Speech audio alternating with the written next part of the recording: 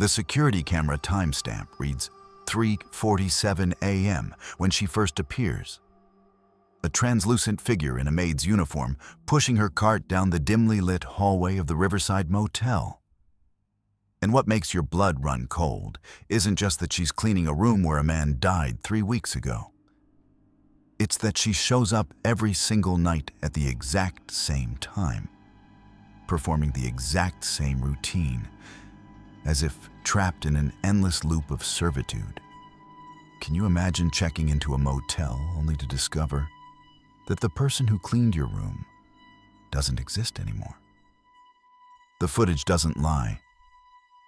Every night, without fail, this ghostly maid enters room 7, where Thomas Brennan took his last breath, and she cleans with the dedication of someone who refuses to abandon their post, even in death. When Marcus Thompson bought the Riverside Motel 6 months ago, he thought the biggest challenge would be renovating the outdated rooms and dealing with the occasional difficult guest. But nothing could have prepared him for what he discovered in the old surveillance system's archived footage dating back 5 years. The previous owner had warned him about room 7, mumbling something about keeping it locked after dark. But Marcus dismissed it as small-town superstition until he witnessed the impossible with his own eyes. A woman who died in 1987, still making her rounds, still cleaning the same room where guests report feeling watched, where electronics malfunction, where the temperature drops 20 degrees without explanation. Night after night, Marcus watches her materialize from thin air, methodically dusting furniture that hasn't been touched in weeks, changing sheets on a bed no one sleeps in, vacuuming carpets that leave no footprints. And the most terrifying part is that she seems to be cleaning around something, or someone, that the cameras can't see. This is the haunting truth about Room 7's eternal maid. A story that will make you think twice before checking into any roadside motel. So, if you're ready for a journey into the darkest corners of American highways, hit that subscribe button and join us on the Fearway. Marcus couldn't shake the feeling that something was fundamentally wrong with the Riverside Motel from the moment he signed the deed. But it wasn't until he started reviewing weeks of archived footage that the true horror of his purchase revealed itself. The ghostly maid appeared in every single recording, always at 3:47 a.m., always pushing that same cart with its squeaky wheel that somehow made no sound on the audio track. The first time he saw her fully materialize in the hallway, Marcus thought it was a glitch in the old analog system, maybe some kind of double exposure from years of recording over the same tapes. But when he cross-referenced the timestamps with the motel's death records, his hands began to tremble. Maria Castellanos, hired in 1983, found dead in room 7 on November 15, 1987. Cause of death listed as heart failure while on her night shift. She had been cleaning that very room when she collapsed, her body discovered the next morning by the day manager, still clutching a dust rag in her rigid fingers. And according to the coroner's report, she had been dead for at least 6 hours when they found her, which meant she died around 3:47 a.m. Marcus spent entire nights watching her spectral routine, mesmerized by the precision of her movements, the way she would knock 3 times on room 7's door before entering with her master key that shouldn't work anymore because Marcus had changed all the locks, the way she would spend exactly 43 minutes inside before emerging with her cart and disappearing at the end of the hallway, where the old service elevator used to be before it was sealed off in 1995. What disturbed him most wasn't just her presence, but the way she seemed to be cleaning around something in that room, carefully maneuvering her vacuum around an invisible obstacle near the bathroom door, gently dusting around a space on the nightstand as if someone's personal belongings were still there.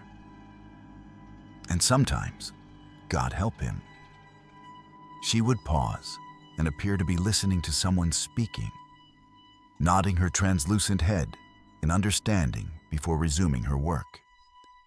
The local sheriff, when Marcus finally worked up the courage to report what he was seeing, just gave him a knowing look and said that Maria had been the best employee the Riverside ever had.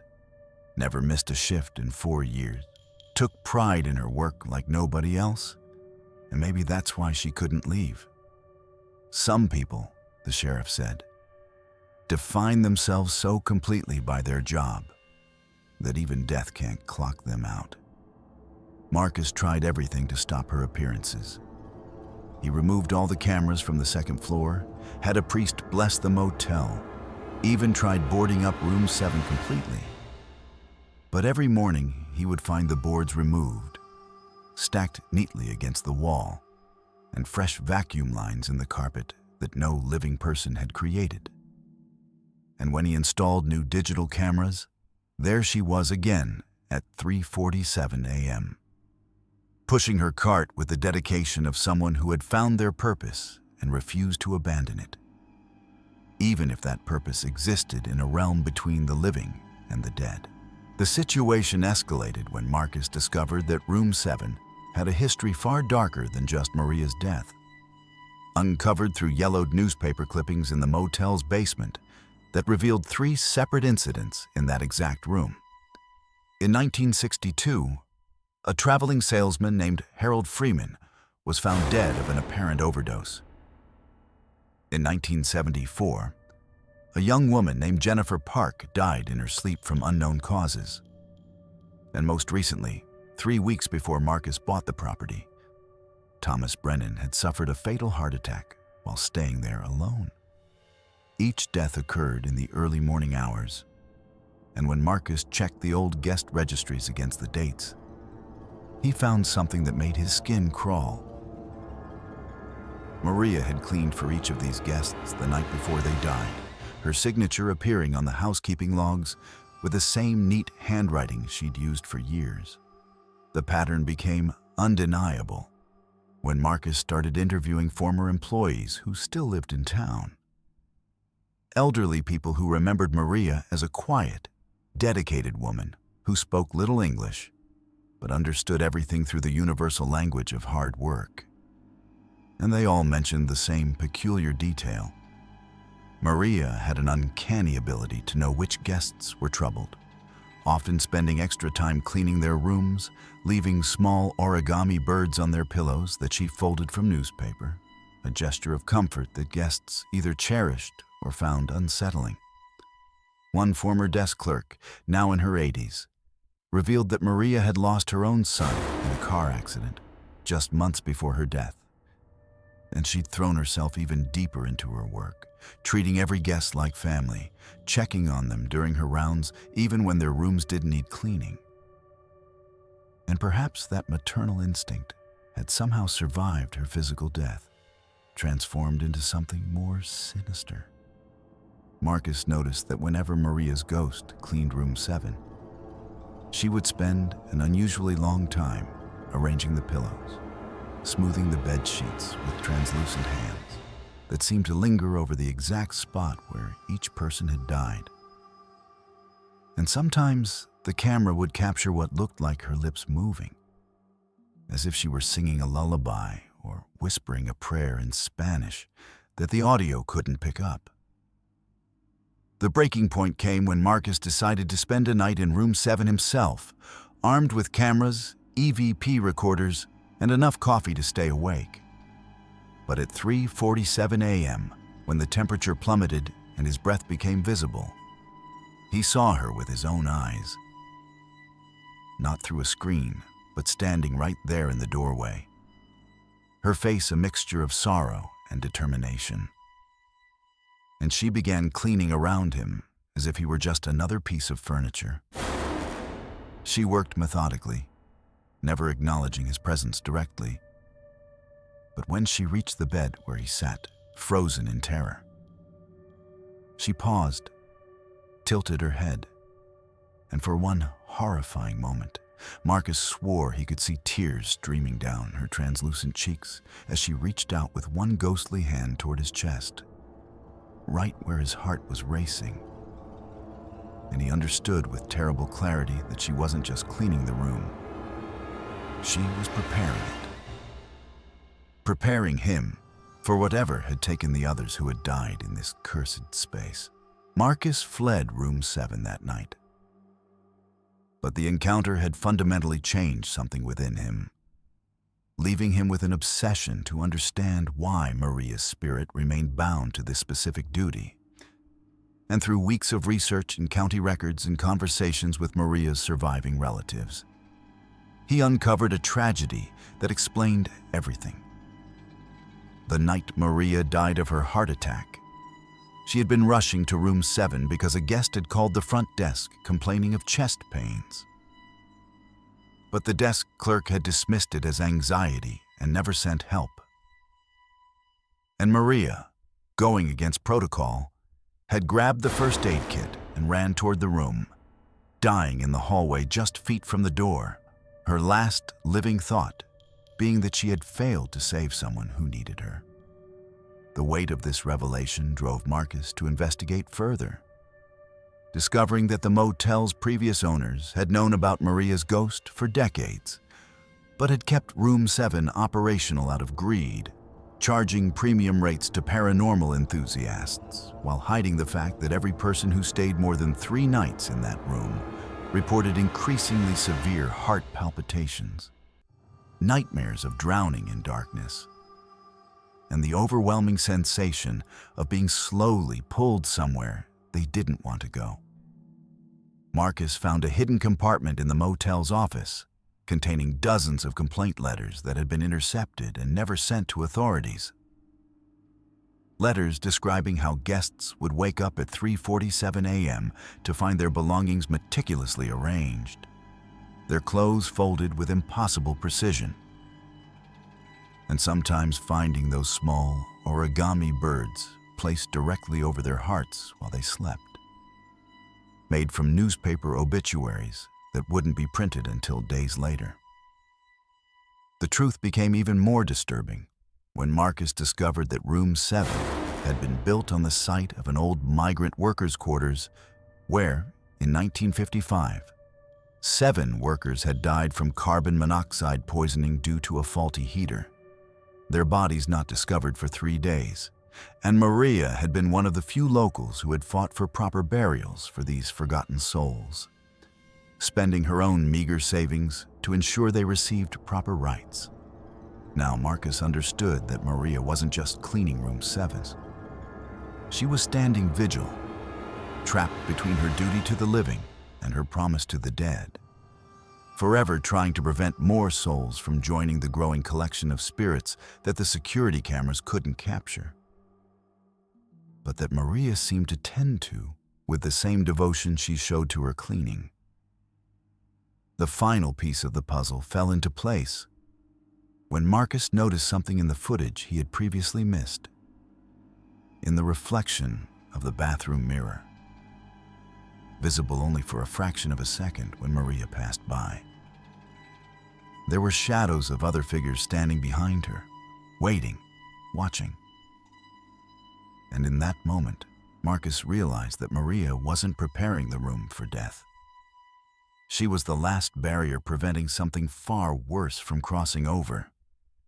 And every night at 3:47 a.m., she returned to her post not as a harbinger, but as a guardian, forever cleaning, forever watching, forever protecting the living from whatever dwelt in the darkness of room 7, waiting for the night when she finally wouldn't appear.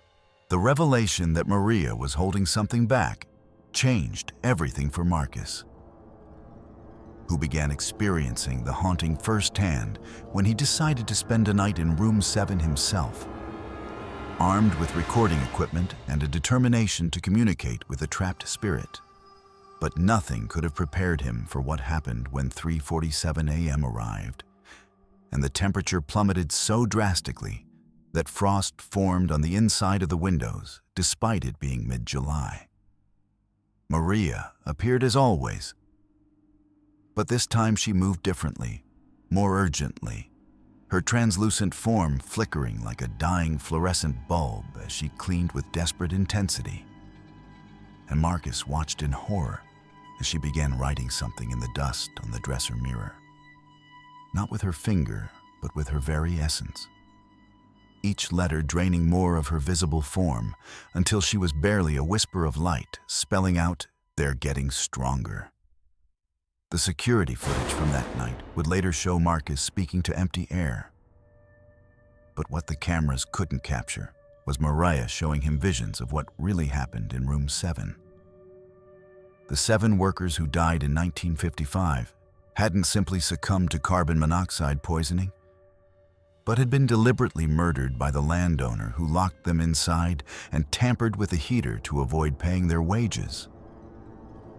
And their rage had been festering in that space for decades, growing more powerful with each death that occurred in or near the room. Marcus learned that Maria had discovered this truth shortly before her death, finding old documents hidden in the motel's foundation during renovations. And her heart attack hadn't been natural. She had been literally frightened to death by the collective manifestation of those 7 spirits who had appeared to her all at once, their faces twisted with decades of fury and anguish. But in her final moments, Maria had made a bargain with them that if they allowed her to continue her work, she would ensure their story was eventually told and justice served. This explained why every guest who stayed in room 7 experienced cardiac symptoms. The 7 spirits were attempting to recreate their own suffocation through supernatural means, slowly draining the life from anyone who dared to sleep where they had died. And Maria's nightly cleaning ritual was actually a complex spiritual binding that she performed to keep them contained. Each fold of the sheets, each sweep of the vacuum, each placement of those origami birds serving as metaphysical locks on a prison that was weakening with every passing year.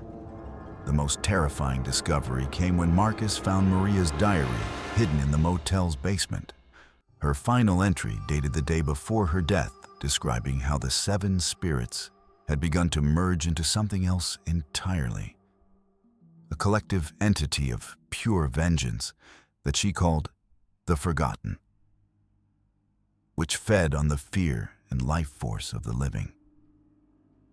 And she had realized that her death would actually complete the binding spell she had been unconsciously weaving through her years of service. Her spirit would become the eternal guardian. But the cost was an existence of endless servitude, forever cleaning, forever watching, forever preventing the Forgotten from fully manifesting in our world. And as Marcus read her final words, he understood that Maria's ghost wasn't just protecting the motel's guests, but was the only thing standing between the living and an entity that had been growing stronger for nearly 70 years, waiting for the night when Maria's spirit would finally weaken enough for them to break free. Marcus knew he had to act fast when the security footage began showing disturbing changes in Maria's routine. Instead of her usual methodical cleaning, she was now frantically scrubbing the same spot on the floor over and over, her ghostly form growing dimmer each night, as if something was draining her spiritual energy. And when he enhanced the audio from room 7's microphone, he could hear what sounded like multiple voices whispering in unison, growing louder as Maria grew weaker. The decision to contact Father Miguel Santos, a priest from the nearby San Carlos mission who specialized in spiritual warfare, led to a late-night meeting where Marcus showed him everything: the footage, Maria's diary, and most disturbingly, new recordings that captured shadow figures moving independently behind Maria's translucent form, 7 distinct shapes that seemed to be testing the boundaries of their prison. Father Santos revealed that he had been investigating deaths along Highway 49 for years, discovering a pattern of cardiac arrests in motels built on sites of historical tragedies. But room 7 was different because Maria's binding spell had created what he called a spiritual dam, holding back not just the 7 original spirits, but dozens of other entities that had been drawn to the concentrated negative energy over the decades. The priest explained that the Forgotten had become a beacon for lost souls, angry spirits of travelers who had died violently along the highway. And Maria's weakening meant that soon the dam would burst, releasing something that had been feeding on death and fear for nearly 7 decades. An entity that would no longer be confined to room 7, but would spread through the entire motel and beyond, turning the riverside into a permanent gateway between the living and the dead. Marcus learned that the only way to strengthen Maria's binding was to complete what she had started, officially documenting the 1955 murders, bringing the truth to light, and holding a proper memorial service for the 7 workers whose names had been deliberately erased from county records. But when he began researching, he discovered that powerful local families had covered up the crime because the landowner was connected to the town's founding fathers, and disturbing the truth would mean confronting people who had kept the secret for generations. As Marcus dug deeper into the archives, strange things began happening throughout the motel. Guests in other rooms reported seeing Maria in their mirrors, always pointing toward room 7. And maintenance workers refused to enter the building after sunset when they heard what sounded like hammering and sawing coming from inside the walls. The ghostly echoes of the 7 workers still trying to complete their final job even in death. And most terrifying of all, Marcus himself began experiencing cardiac arrhythmias whenever he spent more than an hour researching the case, as if the Forgotten could sense his intentions and was trying to stop him from breaking their growing power. The breakthrough came when Marcus found a single photograph in the County Historical Society's archives, showing the 7 workers standing in front of the original motor lodge that had been built on the site, their faces young and hopeful, unaware that they would die in that very spot. And when he showed this photograph to the camera in room 7 at exactly 3:47 a.m., Maria's ghost suddenly appeared more solid than ever before, tears streaming down her translucent face as she mouthed 2 words that would change everything. Thank you. With Father Santos's help, Marcus organized a memorial service on the anniversary of the 1955 murders, inviting descendants of the 7 workers who had been located through genealogy records. And as they gathered in the motel's parking lot at sunset, reading the workers' names aloud for the first time in nearly 70 years, the temperature dropped 40 degrees, and every light in the Riverside Motel began flickering in a synchronized pattern that spelled out "Free Us" in Morse code. The ceremony reached its climax when Maria's ghost appeared not in room 7, but standing among the living, visible to everyone present, no longer translucent, but glowing with a warm light, as she removed her maid's uniform to reveal the simple dress she had died in. And with a gesture toward room 7, she spoke in a voice that echoed across the desert. "My watch has ended, but yours begins now." The binding spell shattered like breaking glass. And for one terrifying moment, the 7 shadow figures emerged from room 7's doorway. But instead of attacking, they simply stood there, finely visible as the young men they had been, nodding gratefully before dissolving into points of light that rose into the night sky like departing souls finally finding peace. Marcus kept the Riverside Motel open, but room 7 remains permanently closed to guests, converted into a memorial room with photographs of Maria Delgado and the 7 workers. And though the supernatural activity has ceased, security cameras still occasionally capture something unexplainable. A single rose appearing on the memorial altar every November 15th, Maria's birthday. Left by hands that no longer exist, but a soul that found redemption in her eternal vigilance against the darkness that once threatened to consume everything she had died protecting.